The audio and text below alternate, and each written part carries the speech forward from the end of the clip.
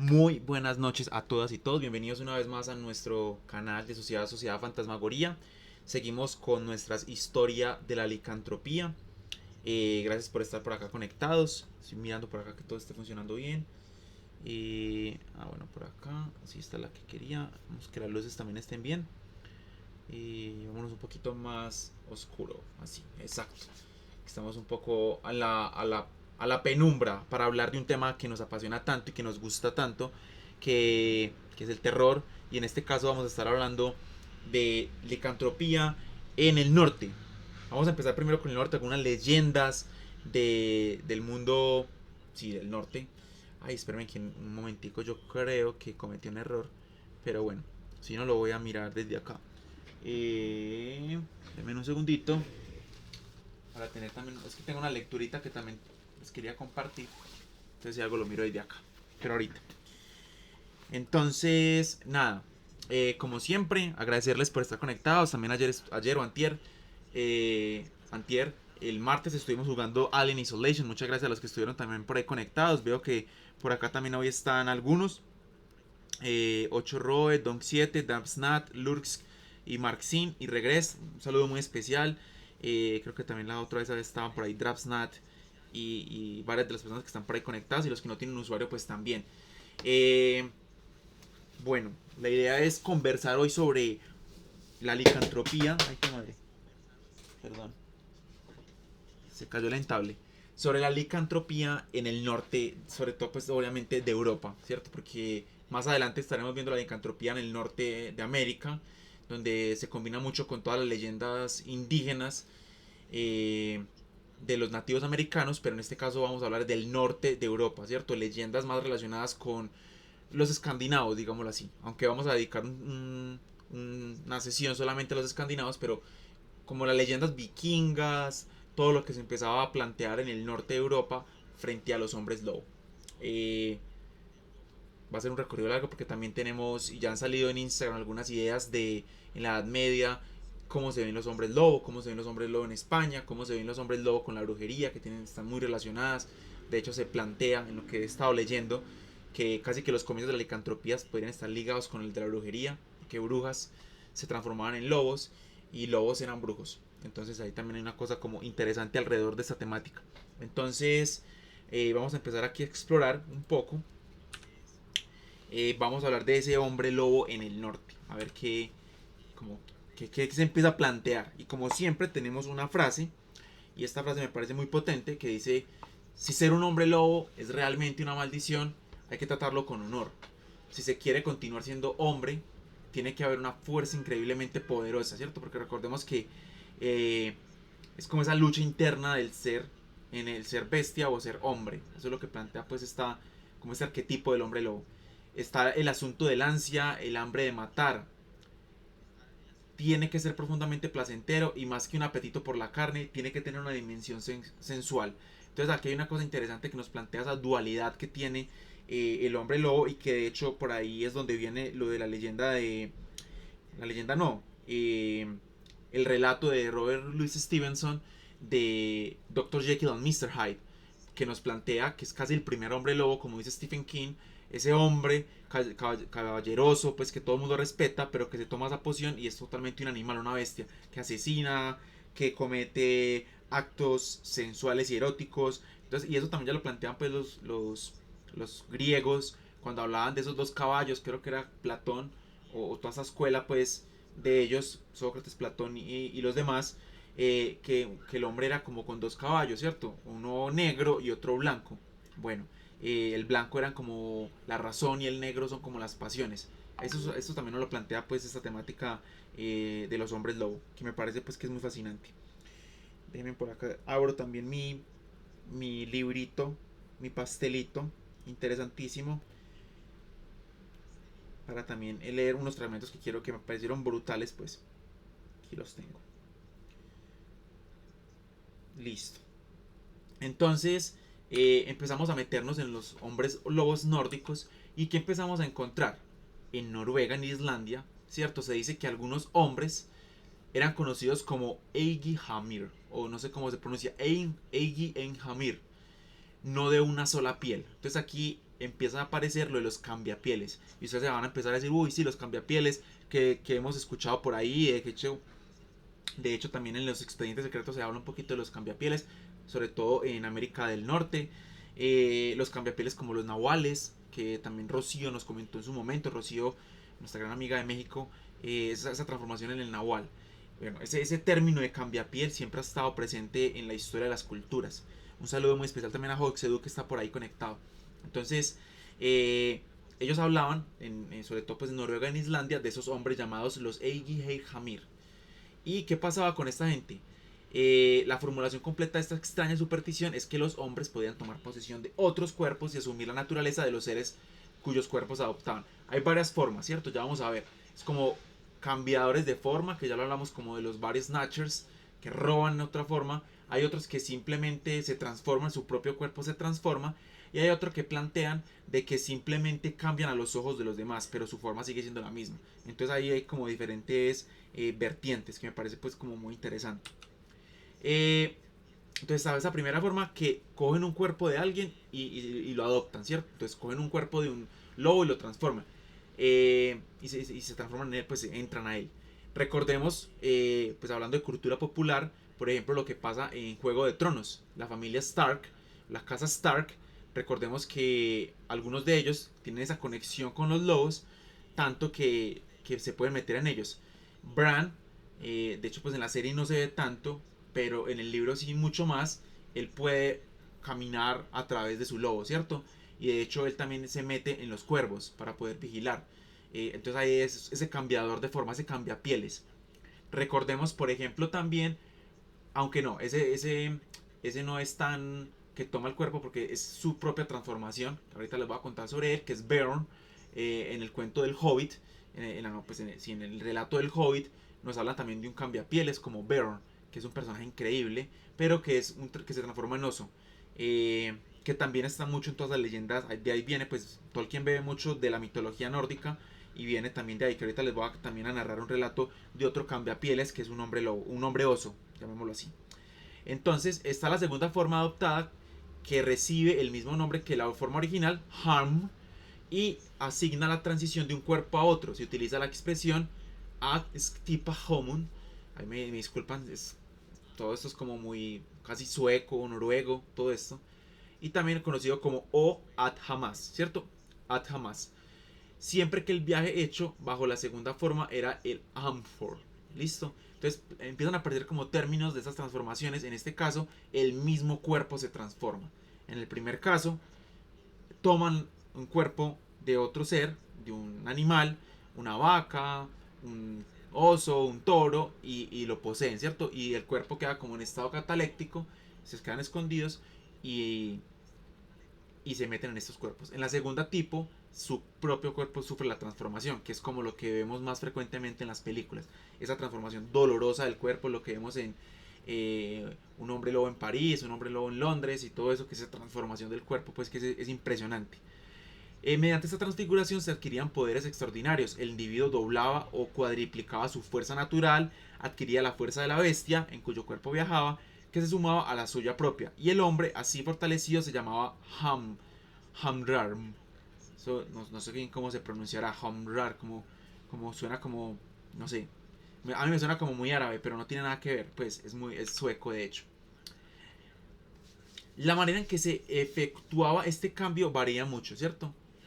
Unas veces se echaba sobre el cuerpo un traje de piel, como lo vemos, no sé si por acá puse alguna de las fotos, no lo tengo por acá, pero creo que ustedes han visto algunos vikingos, y de hecho en la película The Northman de Roger Evers, hay un ritual para transformarse casi que en hombre lobo. Ellos se ponen las pieles encima. No sé si se acuerdan de esa escena, que me parece muy bacana. Se ponen todas esas pieles y es como esa conexión con el lobo, ¿cierto? Tomar esa fuerza. Eh, entonces se toma esa piel y la transformación se efectúa de forma inmediata. Otras veces el alma abandona el cuerpo, como les estaba diciendo ahorita, queda en estado cataléctico, queda ahí tranquilo y se mete en el nuevo cuerpo, ¿cierto? Eso aparece también en muchos relatos. Ya vamos a ver algunas sagas para que ustedes también las vayan anotando. Eh, y bueno, Odix 27, grande profe. Bueno, saludos, no sé quién es Odix 27, pero un saludo muy especial. Cabra, cabra, cabra. No sé quién sea, pero un saludo. Entonces, como les iba diciendo, entonces ese quedan como muertos, ¿cierto? Como en catalepsia y se meten a otro cuerpo. El segundo, que es harm, podrían tomarse prestado o crearse a propósito. Y una tercera forma de producir este efecto de transformación es a través del encantamiento, que solamente los individuos que están alrededor empiezan a verlo diferente, ¿cierto? Y la única forma, pues que eso me parece muy curioso e interesante, de distinguir de qué es los ojos, ¿cierto? Dice, aunque los ojos de todos los presentes quedaban hechizados con solo lo que veían con la forma escogida, ¿cierto? Entonces a través de los ojos que la gente lo está viendo, pero realmente no ha cambiado de forma. Y eso también pasa en varias sagas que vamos aquí también a mencionar y a leer. Entonces, por ejemplo, aquí también aparece, una vez adoptado la forma de un animal, ¿cierto? El hombre, que es un Himar, solo se le conoce por los ojos. Eso me parece muy interesante, también muy potente. Y es que a pesar de toda la transformación en hombre lobo, los ojos siguen siendo humanos, ¿cierto? No sé si eso lo plantea tanto en las otras películas, pues en la cultura popular, en lo que vemos, ¿cierto? En varios Snatchers, no. Sí, pues es una transformación casi que total. Es que varios Snatchers. En Ginger Snaps, que me parece muy bacana esa película porque son chicas lobo. Y que tiene que ver mucho más con la adolescencia. Más adelante también veremos esa película, pues la analizaremos. Pero aquí para los hombres norteños, los nórdicos, la mirada seguía siendo la misma, ¿cierto? Podían distinguir a través de la mirada. Entonces los druidas sabían quién era un hombre lobo porque sabían ver sus ojos. Entonces eso me parece pues que también es un dato importante. A continuación sigue su curso y se deja llevar por los instintos del animal cuyo cuerpo ha adoptado sin que su propia inteligencia se haya apagado todavía. Este planteamiento es interesante porque aquí no pierde la bestialidad, no pierde la humanidad y sigue siendo humano aunque esté en el cuerpo de una bestia. Y por eso es interesante porque se usaba para la guerra. Muchos de estos guerreros que, como les dije, Norman lo vemos muy potente ahí en la película porque se ponen estos trajes de lobo para las batallas y casi que se transforman en hombres lobo, pero toman como esa fuerza, esa sed de sangre y todo esto, pero siguen siendo humanos, ¿cierto? Por más violencia que tengan, por más sangre que quieran, siguen razonando. Y si alguien que está al lado le dice, hey, cálmense, se calman. Esto es lo que plantean todos los nórdicos. Cosa que no vemos tanto, por ejemplo, no sé, en ese vampiro lobo de Drácula de Coppola, ¿cierto? Que se está bebiendo la sangre de esta chica y que es muy extraño, ¿cierto? Ya es una bestia, no tiene tanto dominio. O los de un hombre lobo en París o un hombre lobo en Londres. Bueno, ¿qué pasa también? Que me parece muy interesante. En estas diosas griegas, perdón, estas diosas nórdicas, ya me estoy distrayendo, eh, también tienen como mascotas lobos, ¿cierto? Y animales. De hecho, el mismo Odín y Loki también tienen animales. Loki en su momento se transforma también en serpiente, tiene lobos. Hay varias brujas en la mitología nórdica, que también lo vamos a explorar más profundidad en otras sesiones. Tienen hijos y sus hijos son monstruos o lobos gigantes. Ese tipo de cosas sucede mucho en toda la mitología. Y les quería contar pues dos diosas que son importantísimas en toda la mitología nórdica, que son Freya y Frigg. Ellas traen trajes de halcón, eh, o sea, se disfrazaban de halcón y visitaban las tierras, ¿cierto? Para ver cómo iba todo. Y se cuenta, por ejemplo, que Loki una vez se apropió de uno de ellos y que su parecido con un halcón era tan exacto que no lo habrían descubierto si no llega a ser por el brillo maligno de sus ojos. Eso es para hacer énfasis en lo que les estaba comentando, que se podía transformar todo, pero siempre la mirada, los ojos seguían siendo humanos, los ojos no podían transformarse en animal. Eso es como la creencia nórdica tenía como estipulado. Entonces en este caso, las dos diosas tenían cuerpos pues, de diosas, digámoslo así, pero tenían halcones en los que ellas se metían y podían vigilar. Bueno, uno de los halcones es robado, Loki se empieza a vigilar, engañar a todo el mundo, pero finalmente lo descubren porque es un dios maligno y bueno, tiene una mirada más oscura que la de las dos diosas nórdicas, que Freya y Frigg. ¿Listo? Para que también las tengan ahí en el mapa, dos diosas muy potentes también de toda esta mitología. Y que como les digo, hay dos brujas también ahí, son brujas también que tienen elementos interesantes. Bueno, y aquí empezamos a hablar de algunas sagas, que eso es lo que quería como comentarles para que las anoten. Algunas son, pues, las pueden buscar en internet, algunas son fáciles de fácil acceso, otras no tanto, pero bueno, al menos se pueden encontrar resúmenes de algunos elementos que se plantean en estas sagas, y que todas son muy bacanas, pues. Empecemos con esta saga, que es la saga Volsungar, o la saga de los Volsungos, que también tiene que ver mucho con toda la leyenda de los Nibelungos. A mí me gustó mucho porque la primera vez que llegué a la saga de los Nibelungos, aparte de Wagner, que es el que tiene la saga de los Nibelungos en una composición musical, fue cuando leí un libro de David Day que se llama El Anillo de Tolkien. Y en este libro, que quiero volver a leer porque hace rato que no me lo leo, lo leí hace muchísimo tiempo, todavía lo tengo. En este libro plantea todas las sagas, todas las leyendas que existen de anillos, ¿cierto? De dónde toma Tolkien elementos sobre anillos que aparecen en la literatura, en todo esto. Se podría hacer un curso especializado sobre anillos en la literatura, y hay muchos. Y entre ellos está el anillo de los Nibelungos, y que también está en la saga Volsunga, que nos habla sobre Sigmund, que es muy bacano porque también tiene relación con la leyenda o el texto que escribe Tolkien de los hijos de Urin, de Turin Turambar y los dragones y todo esto. Es la misma historia de Durin, perdón, de Turin. Y Sigmund es un tipo, no sé si ustedes lo han escuchado, él hace proezas y él es el del cantar de los Nibelungos, porque él va a buscar ese anillo de los Nibelungos para robárselo a un dragón. Y hay una pelea con el dragón. Él se baña en la sangre del dragón y queda con la piel impenetrable. Hasta que solo una partecita de su cuerpo no logra bañarse en la sangre porque creo que una hojita se lo cubre. Y queda como con el talón, y que esa misma leyenda es la del Aquiles. Entonces miren que hay unos elementos que se empiezan a combinar en toda la mitología que son preciosos. En este caso les voy a contar qué pasó con Sigmund, pero enfocándonos solamente en los lobos. Pero léanse lo del anillo de los Nibelungos, o léanse toda la historia de los Volsungos, porque tiene unas cosas muy bacanas. Hay enanos, hay dragones, hay una historia con unas valquirias. Sigmund se mete a rescatar a una valquiria, pero se mete es porque quiere ayudar a otro chico y porque él tiene una misión, pero el otro chico no es capaz de pasar como un amigo, no es capaz de pasar un circo de fuego para poder acostarse con una valquiria, porque para eso si iban a buscar las valquirias, y una valquiria no se iba a dejar perder la virginidad. Entonces es toda una proeza porque él logra acostarse con ella pero engañarla, y después ella toma venganza. Entonces es una cosa impresionante pues lo que cabe en la mente de los nórdicos en todos estos relatos. Pero vamos a hacer el enfoque en esta parte, ¿cierto? Que nos habla de hombres lobo o transformaciones. Entonces les voy a leer. Miren que es una historia muy bacana. Aquí Jux 11 Iguarán. Hola profe, gracias por las enseñanzas y herramientas en edición digital en un minuto. Ah, esta gente, qué bien, qué bien. Saludos. No sabía que estaban por ahí conectados. Ojalá que les haya servido alguna clasecita. Un saludo muy especial a los muchachos. Y qué bacano que estén por ahí conectados, y a ver si caen alguna cosa de fantasmagoría. Tengo esto muy oscuro, ya vamos a ver un poquito. A ver, yo prendo esto un poquito. Qué bueno que estén por ahí. No volví por allá porque no me daba pues, los horarios. Pero un saludo muy especial porque ustedes fueron muy juiciosos y parchados. Entonces nada, sigamos con esto por acá.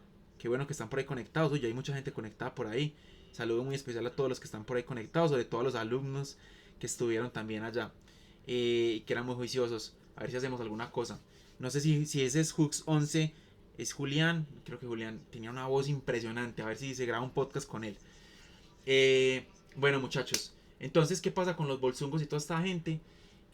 Vamos a leer este relato, es cortico. Entonces dice: ahora hay que decir que Sigmund consideraba a Sigflotli demasiado joven para que le ayudase en su venganza.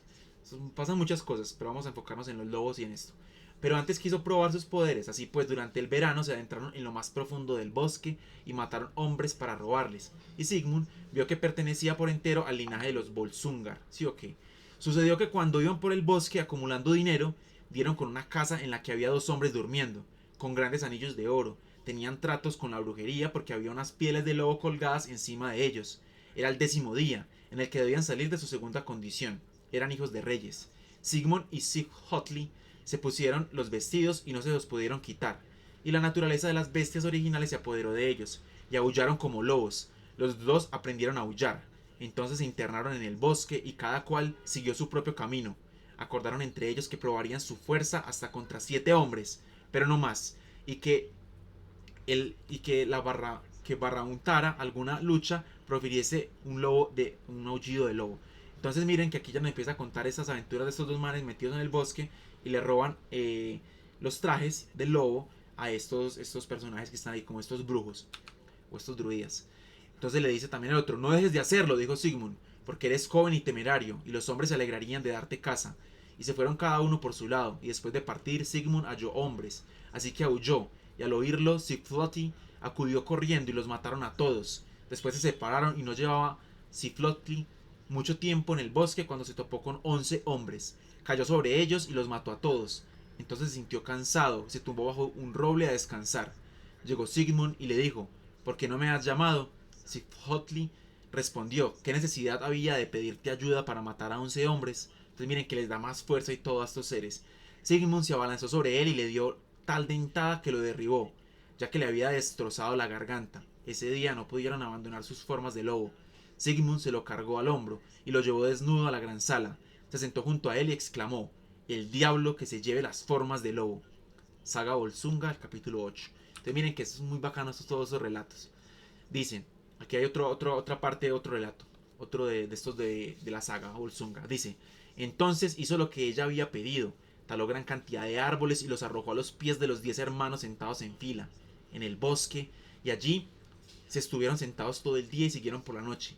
Y a medianoche, mira que aquí ya viene una mujer lobo. Desde el principio ya se habla de mujeres lobo, sino que en el cine casi no se ha representado. A medianoche salió del bosque una vieja mujer lobo, y fue a donde estaban ellos sentados en los troncos, y era enorme y espantosa. A continuación se abalanzó sobre uno de ellos y lo mordió hasta matarlo, y cuando se hubo comido entero se marchó. A la mañana siguiente, Signy envió un hombre de confianza a sus hermanos para saber qué les había sucedido. Cuando este regresó le contó la muerte de uno de ellos, que lo afligió mucho, pues temía que pudiera ocurrirles lo mismo a todos, sin que ella pudiese ayudarlos. Resumiendo, las 9 noches siguientes llegó la misma mujer lobo a medianoche y los fue devorando uno tras otro hasta acabar con todos, excepto con Sigmund, que se quedó solo. Y cuando llegó la 10ª noche, Signy, ya después ustedes verán que en Signy, pues por ahí una historia pues de Signy, que es la hermana de Sigmund, pero es un enredo familiar impresionante, porque ellos no saben que son hermanos, un montón de cosas. En un momento casi que hacen un incesto, casi que se comen, pues, creo que sí se comen, pero después se dan cuenta que son hermanos. Es una tragedia también ahí. Signy envió a su hombre de confianza, Sigmund, su hermano, con piel en las manos, y le dijo que le untase la cara a Sigmund y le llenase la boca con ella. Así fue que, a donde estaba Sigmund, hizo lo que le habían mandado y después volvió a casa. Y cuando se hizo de noche llegó la mujer lobo, como de costumbre, dispuesta a devorarlo como a sus hermanos. Entonces miren lo que pasó finalmente. Dice: entonces lo olfateó por donde estaba embadurnado de miel y comenzó a lamerle la cara, y al rato le metió la lengua en la boca. Él no lo soportó y le mordió la lengua a la mujer lobo.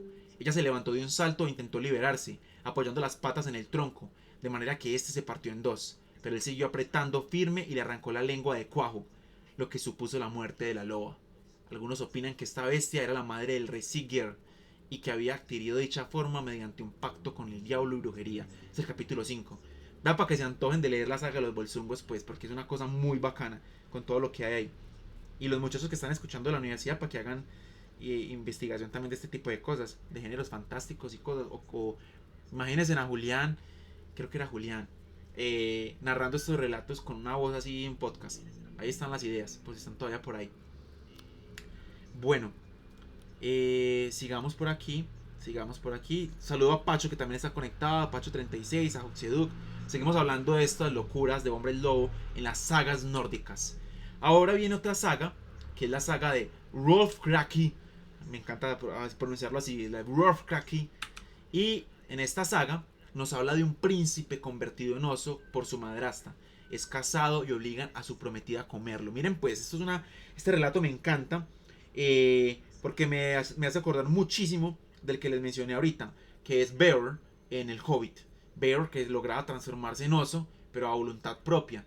Que de hecho hay muchos cambiapieles en El Señor de los Anillos, pero curiosamente no aparecen después. O sea, aparecen en el Hobbit, pero no vemos cambiapieles ya en la obra, pues como en la Comunidad del Anillo, en las Dos Torres o en el Retorno del Rey, nunca acuden.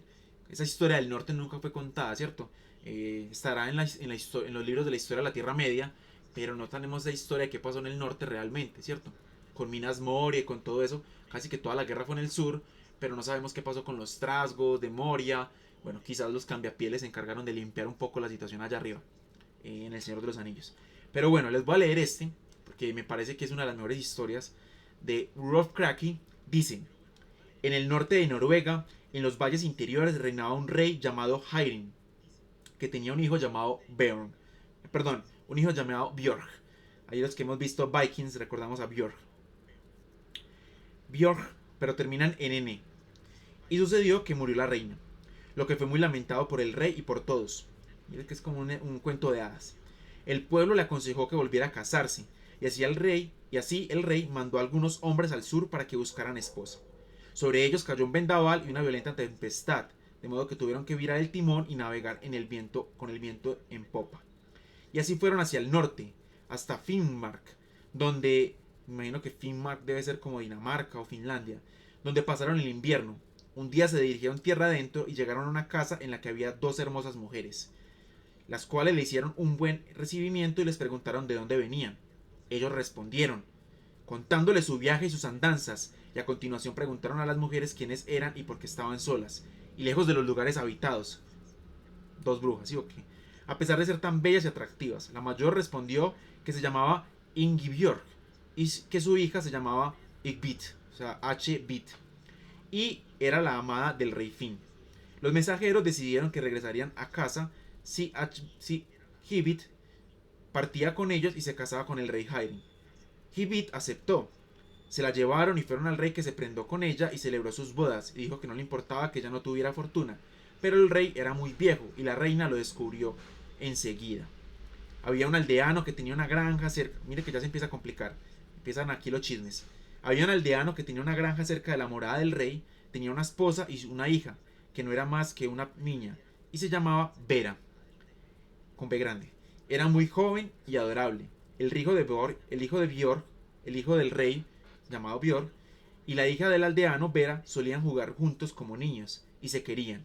El aldeano era de posición desahogada, había participado en incursiones en los días de su juventud, y era un paladín valeroso.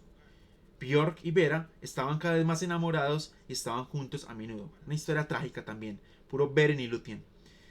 Pasó el tiempo y no sucedió nada digno de contar, salvo que Björk, el hijo del rey, se hizo alto y fuerte y se adestró en todas las habilidades masculinas. El rey Hairin se ausentó con frecuencia durante largos periodos, haciendo incursiones en tierras extranjeras, y Hibit se quedaba en casa y gobernaba el país. El pueblo no la quería. Típica villana, pues, cierto, como Blancanieves y todo eso. Ella era siempre muy complaciente con Björk, pero a este no le caía bien.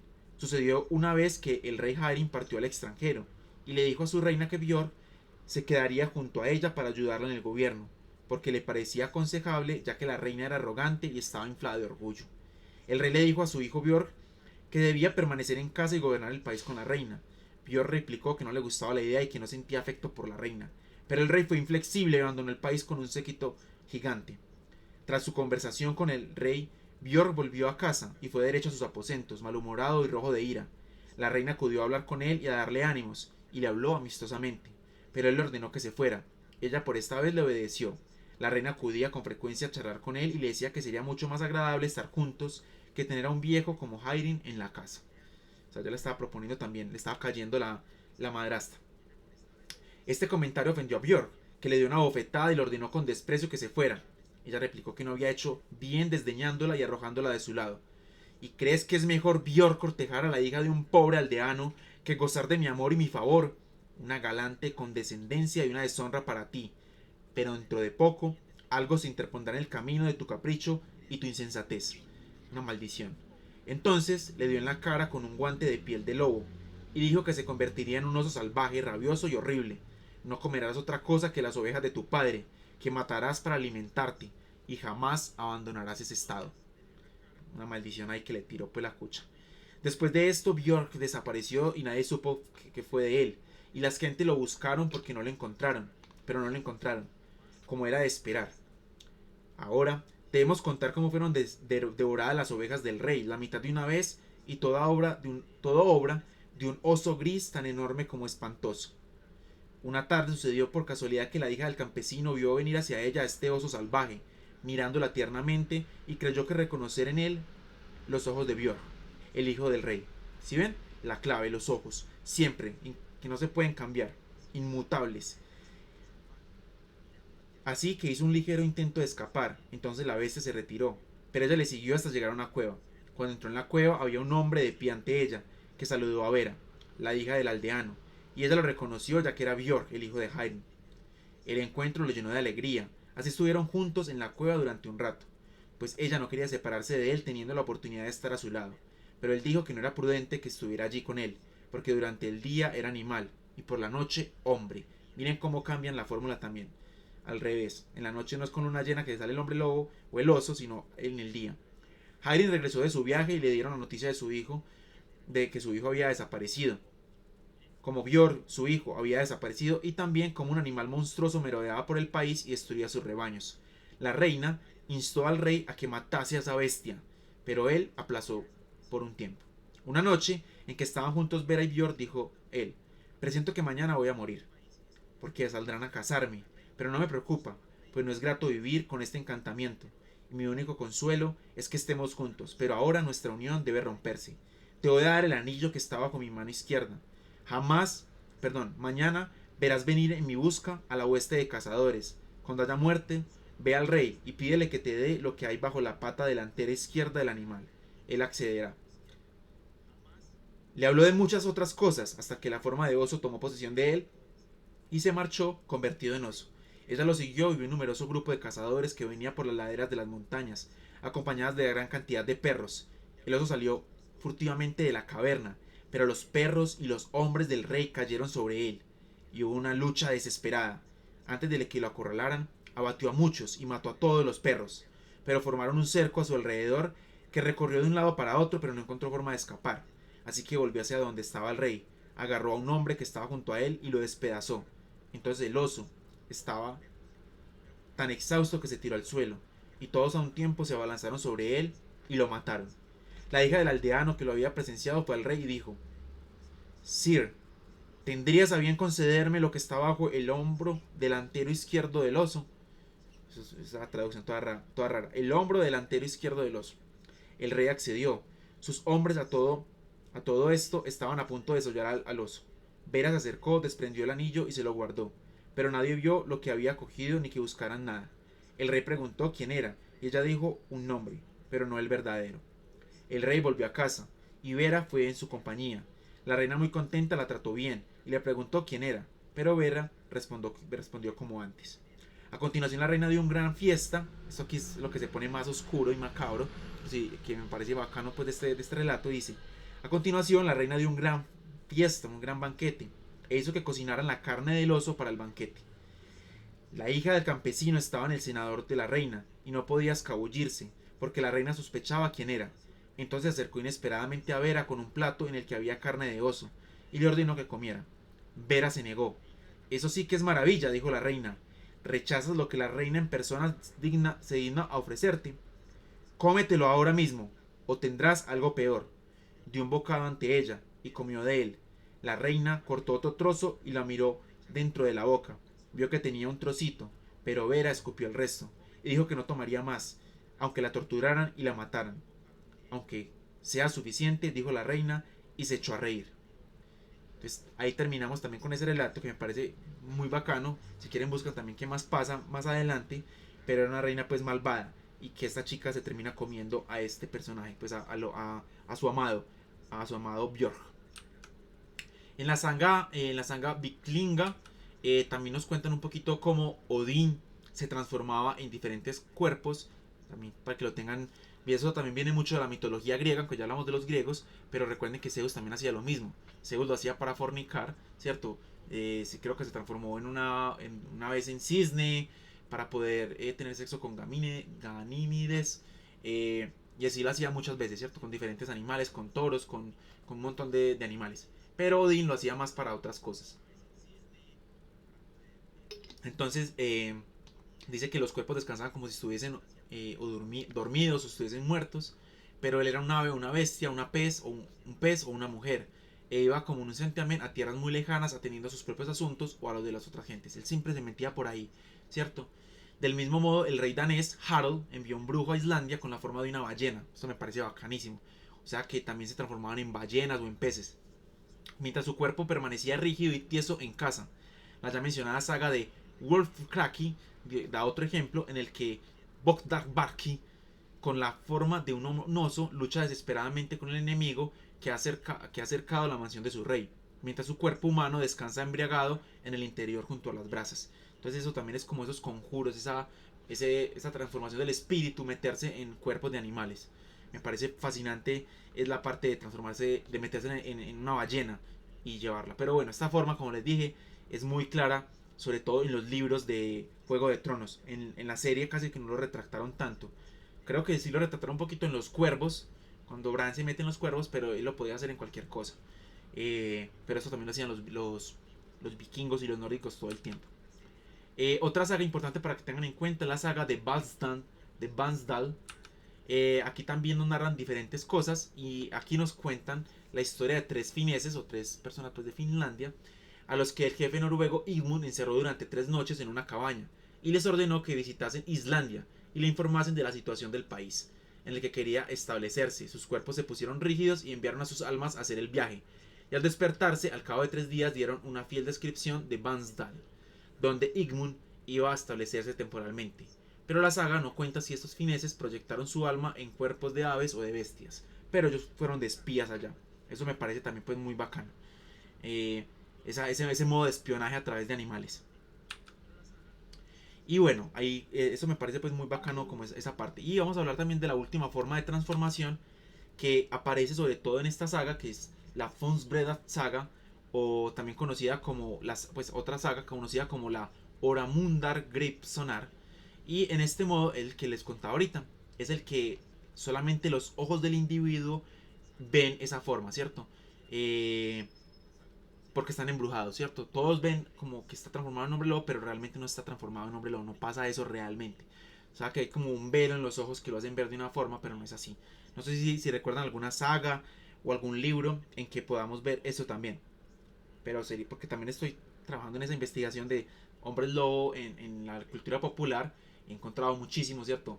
En Skyrim, en Harry Potter, ¿cierto? Lupin y toda la maldición que hay alrededor. En Harry Potter es como una maldición, como una enfermedad. En el Señor de los Anillos están varios hombres o lobos gigantes que Sauron tenía. Y que de hecho uno de esos hombres, de esos lobos que tenía Sauron, se le come la mano a Beren con uno de los Silmarils. Y el perrito se muere, pues el lobo del dolor porque se traga un Silmaril. Hay muchos relatos pues alrededor de toda la cultura popular, alrededor de los lobos. Entonces bueno, ya tienen esta también. De ese tipo de transformación, que es como un velo que se pone en los ojos y permiten ver otra cosa. Bueno, este se me escapó por aquí. Este no va, este era lo que de la presentación pasada. Pero les quería contar, antes de terminar ese modo de transformación, les quería leer de esta saga la historia de una historia muy bacana, que es la historia de Odd, hijo de Katla, de la saga Ekbriga, se llama así. Ese es cortico también, pues más o menos cortico, más cortico que el otro. Y nos narra también esa forma de transformación de que es solamente a los ojos del hombre, ¿cierto? Entonces miren lo que dice.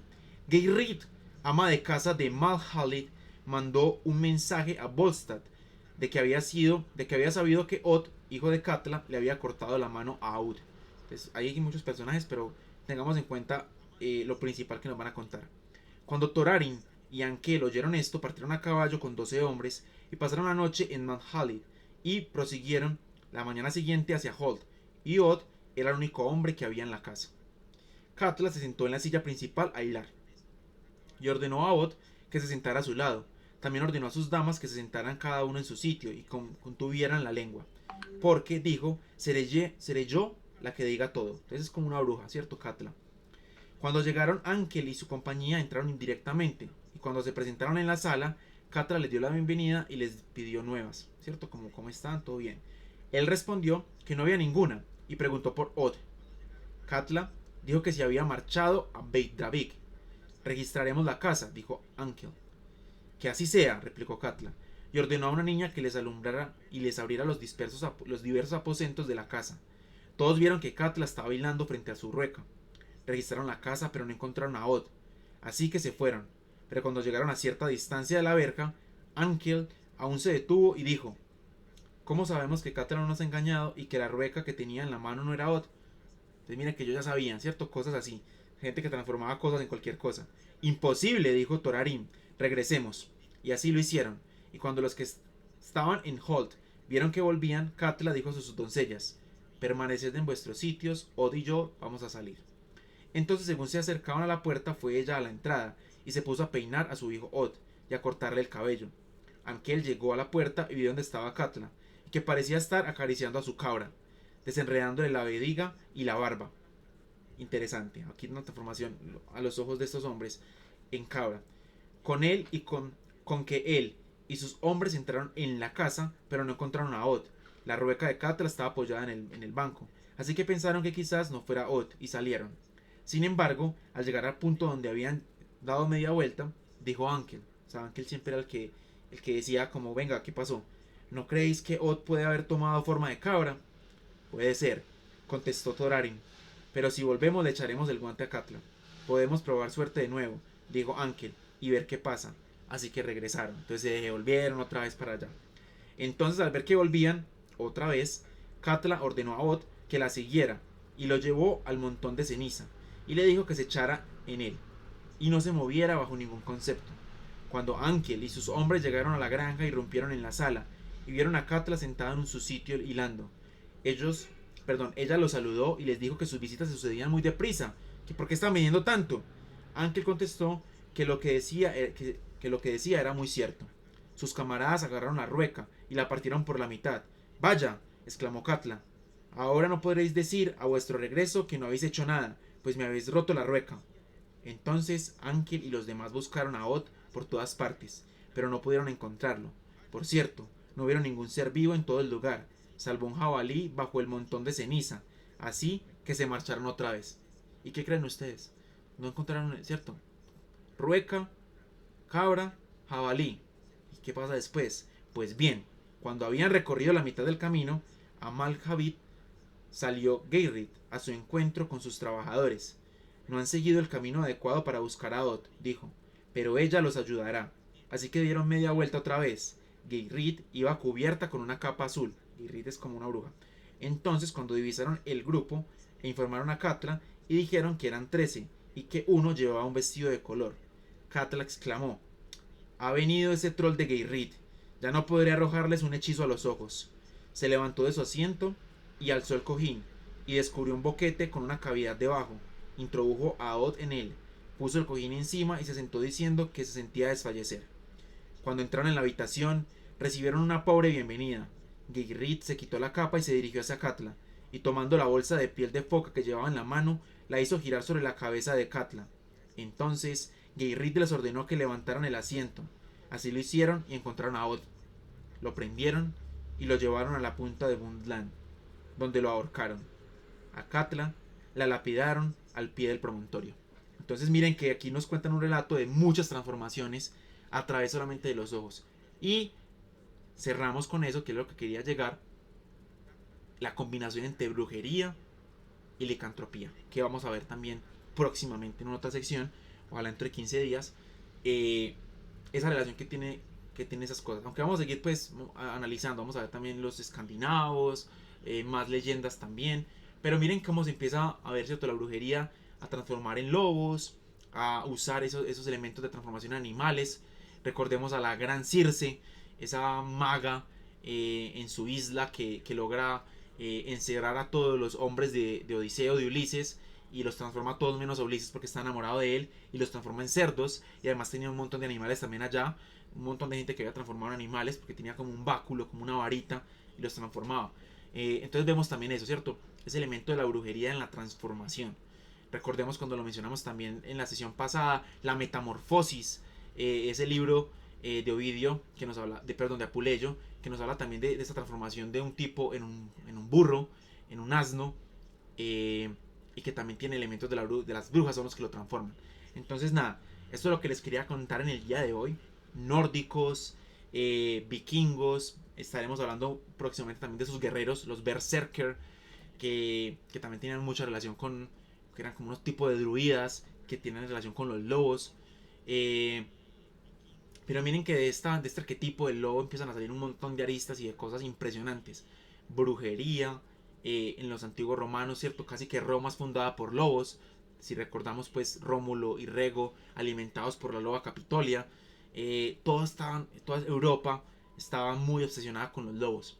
Y ahí ustedes ven en pantalla, pues, que eso lo vimos también la última vez.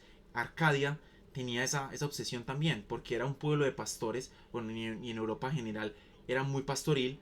eh, Había un miedo profundo por los lobos. Entonces quizás por eso también se generaron también todos estos mitos, estas leyendas de los lobos que atacaban las ciudades, y que se llevaban las ovejas, ¿cierto? Y cómo había que protegerlas. Entonces habían que hacer sacrificios de niños y ese tipo de cosas fueron como generando una sugestión colectiva de la gente frente a los lobos y que se fue alimentando con diferentes leyendas cuando también llega a la iglesia y empieza a decir cosas.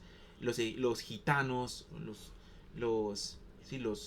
gitanos o la gente de Rumania que empieza también a hablar un poco de eso, porque pues, los rumanos hablan de vampiros, pero también hablaban de estos hombres lobo en toda esa zona, que mataban personas y todo esto, y se llevaban el ganado. Entonces nada, esto es lo que les quería contar en el día de hoy. Eh, Esperen, ay, no me está dejando mostrar. Yo que sí. Vamos a ver. Yo creo que sí. Eh, Me parece pues muy importante, como todo este recorrido que empezamos a hacer. Recordemos que ya también el equipo de Fantasmagoria está trabajando en el libro de este año, con muchas leyendas de hombres lobo, con muchos elementos de cómo ha sido visto en el cine, en la televisión. Mi parte va a ser este año sobre cómo están los videojuegos, en los juegos de mesa. Uno de los juegos de mesa más famosos es Lobos de Castamir. Eh, y cómo esa figura, ese arquetipo se ha hecho parte de la cultura popular, ¿cierto?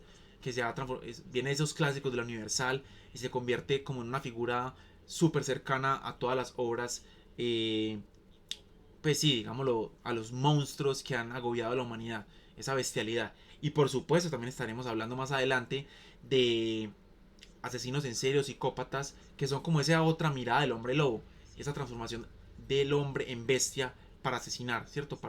Todos esos asesinos que aparecen en Netflix, en todos los documentales o en esas series, pues si nos vamos como al meollo, a la profundidad del asunto, son hombres lobo, son hombres transformados en bestias con una sed de matar.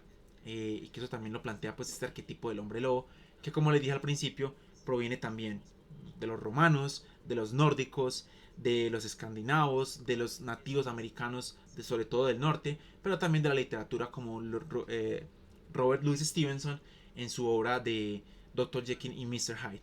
Entonces, antes de irme, solamente voy a recordar aquí, déjenme les coloco aquí, mañana las personas que quieran ir en Cristo Rey a las 5 de la tarde vamos a presentar una película que es maravillosa. Me encanta esa película por todo lo que está compuesta. Creo que tiene una adaptación, un remake que es La piel que habito, pero no es tan chévere como esta. Y en este ciclo que ustedes están viendo ahí en pantalla, todo este mes estaremos viendo reimaginaciones literarias, o sea, adaptaciones de la literatura al cine. Y no son las obras convencionales, entonces bacano que se las puedan ver. Los ojos sin rostro, mañana a las 5 de la tarde, mañana viernes en Cristo Rey, de modo presencial. El viernes 12, Misery, amo esta película, para mí es maravillosa. Es una excelente adaptación de este cuento, esta novela corta de Stephen King. El planeta salvaje, el 19 y el 26 se cierra con The Shooter Island de el gran Martin Scorsese. Entonces miren que hay mucha programación, muchas cosas interesantes. para que no se lo pierdan, para que se empiecen a programar. Y ojalá pronto también regresemos con los Hill Brothers, que tienen mucha programación para todos ustedes. Entonces ahí les estaremos contando como todo lo que se viene. Entonces gracias por estar conectados. Un saludo muy especial a los muchachos que entraron ahorita. Al Odi 27, al Hux 11, Iguarán. Y a las personas que estuvieron hasta el final. Un abrazo gigante a Alilla, 8 Hades, 8 Roe, a Don 7, Andrax Freeze, Takmaku, que siempre nos acompaña ahí también en las jugadas. Ahí nos acompañó en mi desesperación en Alien Isolation. Drasnat, Pacho 36. A ver si nos armamos, ya sabes, Pacho, una partida de Hombres Lobo. A ver, podría ser. Hoxeduk, a Lurks, a Marxin, a Regress y Tarsai. Ya saben pues que tenemos mucha cosa. Y también dentro de 8 días, de hoy en 8, tendríamos club de lectura. Entonces ahí creo que les estaremos mandando los cuentos entre este fin de semana, para que lo puedan leer también en nuestro club de la medianoche de Coraje, que también estaremos viendo unos capítulos interesantes. Este mes estaremos hablando de psicopatías. Entonces veremos estos psicópatas que están en la serie de Coraje, el perro cobarde. Entonces nada, muchas gracias por estar conectados, por la paciencia. Nos vemos dentro de 15 días aquí en este mismo canal para seguir hablando de Hombres Lobo. Y sigan disfrutando mucho el cine de género. Felices aullidos y felices pesadillas, como dice el gran Hoxeduk. Y nos vemos en la próxima.